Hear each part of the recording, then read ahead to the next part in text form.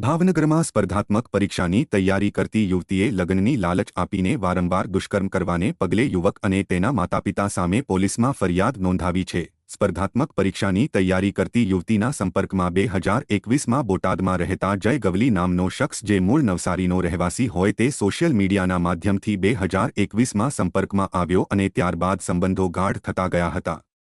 જો કે ત્યારબાદ જય યુવતીને સ્પર્ધાત્મક પરીક્ષાની તૈયારી કર્યા બાદ પરીક્ષા આપવા માટે વિવિધ શહેરો રાજકોટ, અમદાવાદ, સુરેન્દ્રનગર, વડોદરા, ગાંધીનગર સાથે જતો અને હોટલ બુક કરીને વારંવાર દુષ્કર્મ આચરતો હોવાની પોલીસ ફરિયાદ નોંધાવી છે।